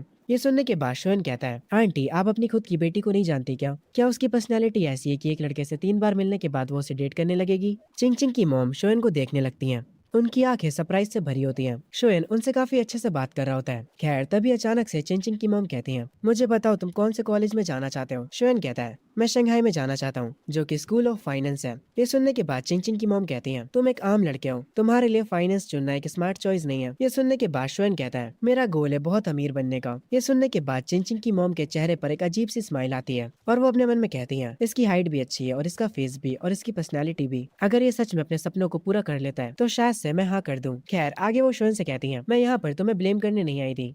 मुझे कोई दिक्कत नहीं अगर तुम चिंग चिंग के दोस्त हो तो, पर मैं उम्मीद करती हूँ कि तुम लाइंस को क्रॉस नहीं करोगे। तुम एक स्मार्ट बच्चे हो, तुम्हें पता होगा मेरा क्या मतलब था इससे। शोयन कहता है, फिक्र मत करिए आंटी, मैं सब समझ गया। चिंग चिंग की मॉम अपना फोन उठाती है और कहती है, क्या हम एक दूसरे को वी चैट पर ऐड कर सकते हैं? शोयन हाँ कर देता है। उसके बाद वो उस म्यूजिक बार से निकल आती है। वो अपनी कार में बैठी होती है और काफी ज्यादा थकी हुई लग रही होती है। तभी सीन शिफ्ट होता है वे पर, जो कि अपने घर पर बैठा गेम खेल रहा होता है। असल में वो कॉल पे शोयन से बात कर रहा होता है। शोयन दूसरी तरफ से कहता है, वे चलो चलते हैं, कल ड्राइविंग स्कूल के लिए साथ में साइन अप करते हैं। ये सुनने के बाद वे कहता है, इतनी जल्दी?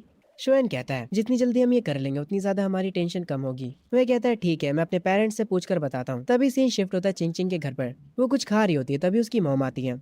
वो अपनी बेटी से ऐसे ही कुछ बातें करती हैं। फिर आगे वो उससे पूछती हैं, तो तुम्हें कौन से कॉलेज जाना तुमने चूज करा? चिंग चिंग कहती है, मैं शंघाई में जा रही हूँ। ये सुनने के बाद उसकी मॉम अपने मन में कहती हैं, ये तो वही कॉलेज है जिसमें वो लड़का शोयन जा रहा है। वो अपनी बेटी से दोबारा पूछती हैं, क्या तुमने सच में डिसाइड कर लिया है? चिंग चिंग बालकनी की ओर जाते हुए कहती है, हाँ मैंने डिसाइड कर लिया है। हम वे को देखते हैं जिसको लेने के लिए शोयन आया होता है अपनी स्कूटी पर। वे उससे कहता है, तुम कुछ ज्यादा ही जल्दी नहीं आ गए? जल्दी पीछे बैठ जा, हमें चलना भी है। वे बताता है कि उसके डैड ने उसे 2800 युआन दिए हैं। शोयन बताता है, मेरे डैड ने मुझे 3500 दिए हैं। तेरे और मेरे पैसे मिलाकर 700 तो हो ही जाएंगे। ये हमारा पहला स्टेप होने वाला है मिलियनर बनने की ओर। वो लोग हंसते हुए जा रहे होते हैं। आगे ये लोग ड्राइविंग स्कूल पहुंच जाते हैं। वहाँ का कोच कोल्ड ड्रिंक पी रहा होता है। वो उन दोनों से कहता है, पहले जाओ और रास्ते की फील लेकर आओ। वे पहले गाड़ी में बैठता है और टेस्ट देने के लिए रेडी हो जाता है। शोयन पीछे वाली सीट पर बैठा होता है। वे कार ऑन करते हुए बोलता है, हे शोयन तू ट्राई करना नहीं चाहेगा? शोयन कहता है, नहीं मेरे लिए ड्राइव करना इजी है। ये सुनने के बाद कोच कहते हैं, बच्चे चीजों को देखना और उन्हें खुद से ट्राई करना अलग होता है। ये सुनने के बाद शोयन कहता है, अंकल क्या आपने लॉन्च कंट्रोल और ड्रिफ्टिंग के बारे में सुना है? ये सुनने के बाद वे और वो कोच दोनों ही हैरान हो जाते हैं। कोच हंसते हुए कहता है, बच्चे बकवास बंद करो और हमें दिखाओ अगर तुम ये सच में कर सकते हो तो। वो कोच कहता है, ये लो चाबी और ट्राई करना चाहोगे? शोयन कहता है, हाँ क्यों नहीं, चलो वे ड्राइवर की सीट से उतरो, मुझे ट्राई करने दो। शोयन ड्राइविंग सीट पर आकर बैठ जाता है। वे काफी चिंता में होता और कहता है, शोयन क्या तुम सच में ये कर लोगे? तुम हमें ठोक तो नहीं दोगे ना कहीं? शोयन कहता है, रिलैक्स कर यार, तुझे पता तो है मैं अपनी जान जोखिम में नहीं डालता मजे के लिए। चलो अंकल अब मैं तुम्हें दिखाता हूँ लॉन्च कंट्रोल। वो कोच कहता है, अगर तुमने रिवर्स में पार्किंग कर ली तो तुम यहाँ पर आकर कभी भी प्रैक्टिस कर सकते हो। शोयन कार को ऑन करता है और एक ही ट्राई में रिवर्स पार्किंग कर लेता है, जिसे देखकर वो कोच हैरान रह जाता है और वे भी। वो उससे कहता है, शोयन क्या तुम छुप छुप कर कार चलाना सीख रहे थे? शोयन कहता है, नहीं यार मुझ में बस नेचुरल टैलेंट है। ये कहकर वो दोनों टेस्ट देकर बाहर आ जाते हैं। वे अभी तक हैरान होता और कहता है, तुमने साइन अप करते ही रिवर्स पार्किंग कर ली, तुम कमाल के हो यार। अगर तुम पास हो गए और मैं फेल हो गया तो ये काफी शर्म की बात होगी। शोयन कहता है, अरे नहीं यार तुम भी पास हो जाओगे और फिक्र मत करो, तुम्हें और भी मौके मिलेंगे मेरे सामने एम्बेरस होने के। तभी शोयन को किसी को कॉल आता है। वो कॉल को उठाता है और कहता है, कौन बोल रहा है? और वो कॉल असल में चिंग चिंग के फादर का होता है। शोयन उनसे कहता है, अंकल मेरी पहले ही चिंग चिंग की मदर से बात हो चुकी है, क्या आपको किसी और चीज के बारे में बात करनी है? तभी चिंग चिंग के फादर कहते हैं, क्या तुम आज शाम फ्री हो? मुझे तुमसे कुछ बात करनी है, मुझे बस अपना एड्रेस भेज दो, मैं तुम्हें लेने के लिए एक ड्राइवर को भेज दूंगा। शोयन उन्हें बता देता है कि वो ड्राइविंग स्कूल में अभी, और ये कहकर वो फोन रख देता है। वे उससे आकर पूछता है, किसका फोन था भाई? शोयन कहता है, अरे मेरे होने वाले ससुर जी का। ये सुनते ही वे हैरान हो जाता है और कहता है, तुम सच में उस लड़की को डेट कर रहे हो? शोयन वे से कहता है, यार तुम खुद से ही घर चले जाना, असल में मुझे कहीं और जाना है। सीन शिफ्ट होता है चिंग चिंग के फादर के ऑफिस में। शोयन वहाँ पर आया होता है। वो शोयन से बैठने के लिए कहते हैं। शोयन कहता है, अंकल चैन मेरे और आपकी बेटी के बीच क्या चल रहा है? मैं वो सारी चीजें उसकी मॉम को समझा चुका हूँ। चिंग चिंग के डैड कहते हैं, मेरी बेटी ने डिसाइड करा कि वो शंघाई म्यूजिक एकेडमी जाना चाहती है। मैं चाहता हूँ कि तुम अलग कॉलेज को चूज करो, पर इस बात पर शोयन मना कर देता है। चिंग चिंग के डैड कहते हैं, इतनी जल्दी ना मत बोलो, अगर तुम मेरी बात मान लेते हो तो जब तुम ग्रेजुएट हो गए तो मैं एक अच्छी सी जॉब तुम्हारे लिए तैयार रखूंगा। शोयन को ये सुनकर थोड़ा गुस्सा आता और वो उठकर कहता है, बस बस क्योंकि मैं उस कॉलेज में जा रहा हूँ जिसमें आपकी बेटी जा रही है। आप चाहते हो कि मैं अपना कॉलेज बदल लूं? अंकल चेन, क्या आप मुझे नीचा दिखा रहे हैं? आपकी बेटी और मेरे बीच कुछ भी नहीं है। हमारी तो जल्दी एक दूसरे से बात होना भी बंद हो जाएगी। पहले मैं हमेशा उस तरह जीता था जैसे लोग कहते थे, पर अब मैं एक अलग जिंदगी जीना चाहता हूँ।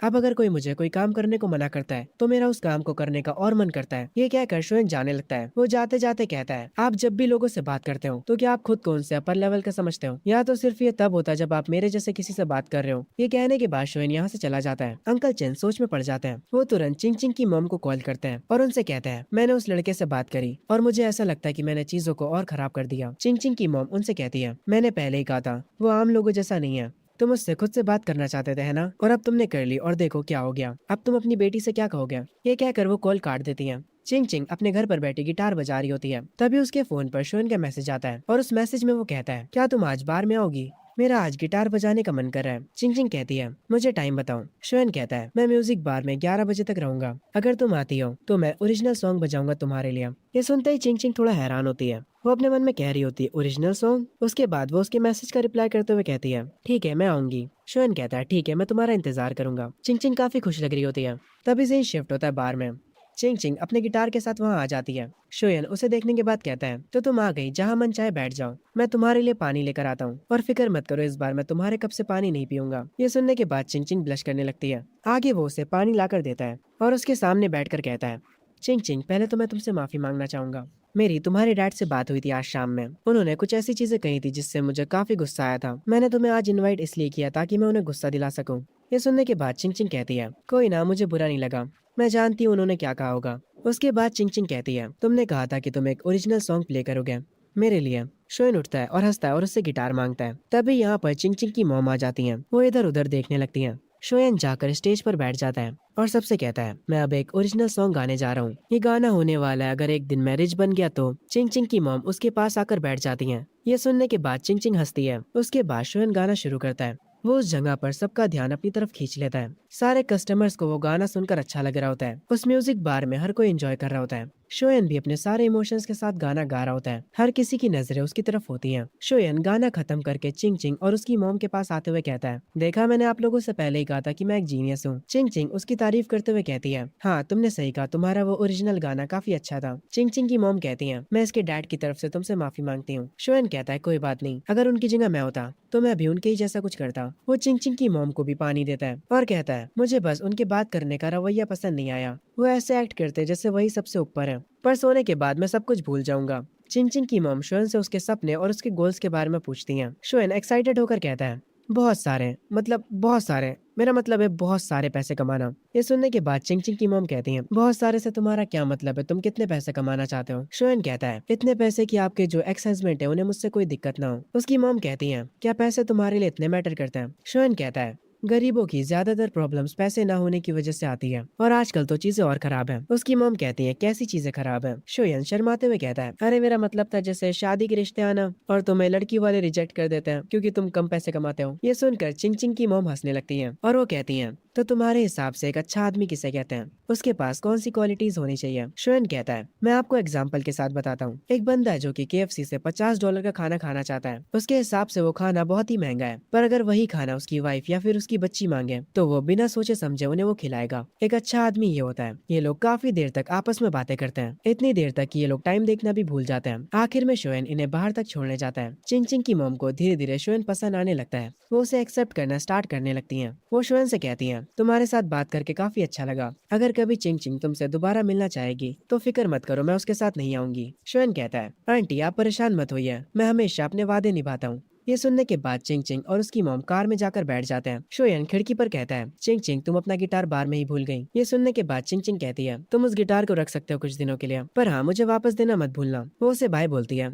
शोएन कहता है, ठीक है फिर तुम्हें इंतजार करना पड़ेगा अगली बारी का जब हम मिलेंगे। खैर उसके बाद उनकी कार यहाँ से चली जाती है। तभी यहाँ पर शोएन की बॉस आती है और वो कह रही होती है, लगता है ये एक रोम कॉम की शुरुआत है। शोएन उनकी तरफ देखता है। बॉस हंसते हुए कहती है, तुम अपनी सासू माँ से 2 बार मिल चुके हो और अभी भी नाटक कर रहे हो। आखिर ऐसा कैसे हो सकता है कि तुम्हें इतनी प्यारी चिंग चिंग पसंद नहीं? ये सुनने के बाद शोएन कहता है, अगर आप खूबसूरती को प्रायोरिटी बनाकर ये सब चीजें कह रही हैं तो ऐसे तो मैं आपको भी पसंद करता हूँ। ये सुनने के बाद बॉस हंसने लगती है और कहती है, जाओ अपना गिटार पकड़ो और अंदर जाकर गाना गाँव। सीन शिफ्ट होता है ड्राइविंग टेस्ट पर। वे गाड़ी चलाना सीख ही नहीं पा रहा होता। वो गाड़ी को इधर उधर घुमा रहा होता है। कोच भी उस पे काफी गुस्सा करता है। आखिर में वो गाड़ी से उतर जाता और कहता है, मुझे काफी अनोइंग लग रहा है, मैं कभी दोबारा तेरे साथ ड्राइविंग सीखने नहीं आऊंगा। मेरा सारा मोटिवेशन तेल लेने चला गया। शोएन कहता है, अरे यार तुम कितने बेकार हो इस चीज में। तभी वे शोएन से पूछता है, अच्छा मुझे बताओ तुम्हारी गर्लफ्रेंड कैसी दिखती है। शोएन कहता है, वो बहुत ही ज्यादा खूबसूरत है। दोनों ऐसे ही बातें करने लगते हैं। उसके बाद शोएन अपनी जॉब पर आ जाता है। वो वहाँ पर अपना फोन निकालता है। वहाँ पर वो ग्रुप चैट चेक करता है जिसमें स्कूल का एक स्टूडेंट कह रहा होता है,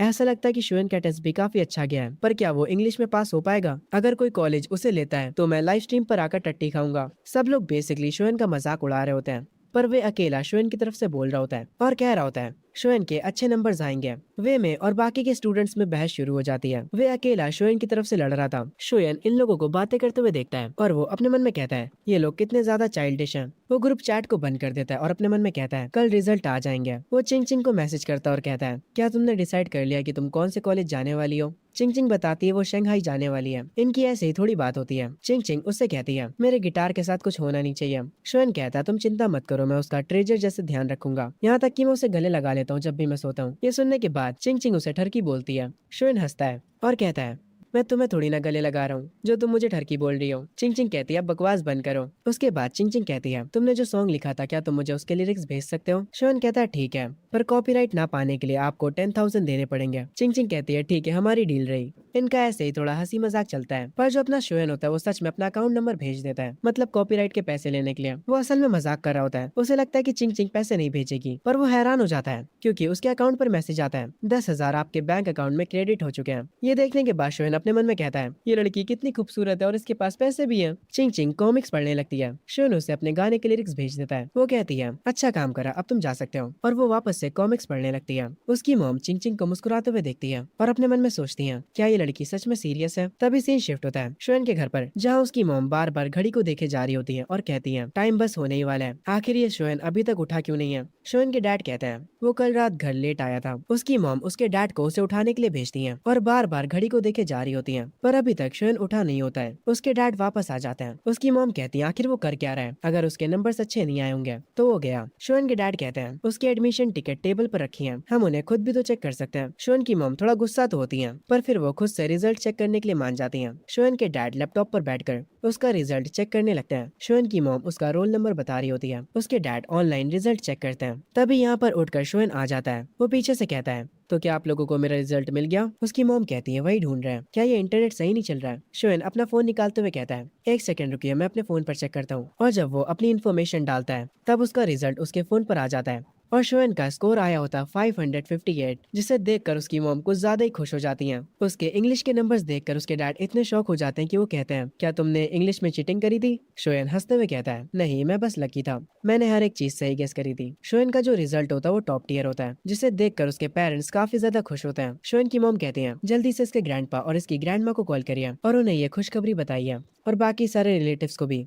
शोएन कहता है, मैंने तो पहले ही आपसे कहा था कि मैं टॉप ग्रेड लाने वाला हूँ। शोएन अपना फोन चेक करता है। उससे वे का मैसेज आया होता है जो कि उसे बताता है कि उसे 507 नंबर्स मिले हैं। वो शोएन से उसका रिजल्ट पूछता है और जब वो शोएन का रिजल्ट सुनता है वो हैरान रह जाता है। वो शोएन से कहता है, सच में तुम्हारे इंग्लिश में 125 कैसे आए। तुमने पक्की बात है चीटिंग करी होगी। तुम्हारे 558 आए, तुम सच में एक टॉप कॉलेज में जा सकते हो।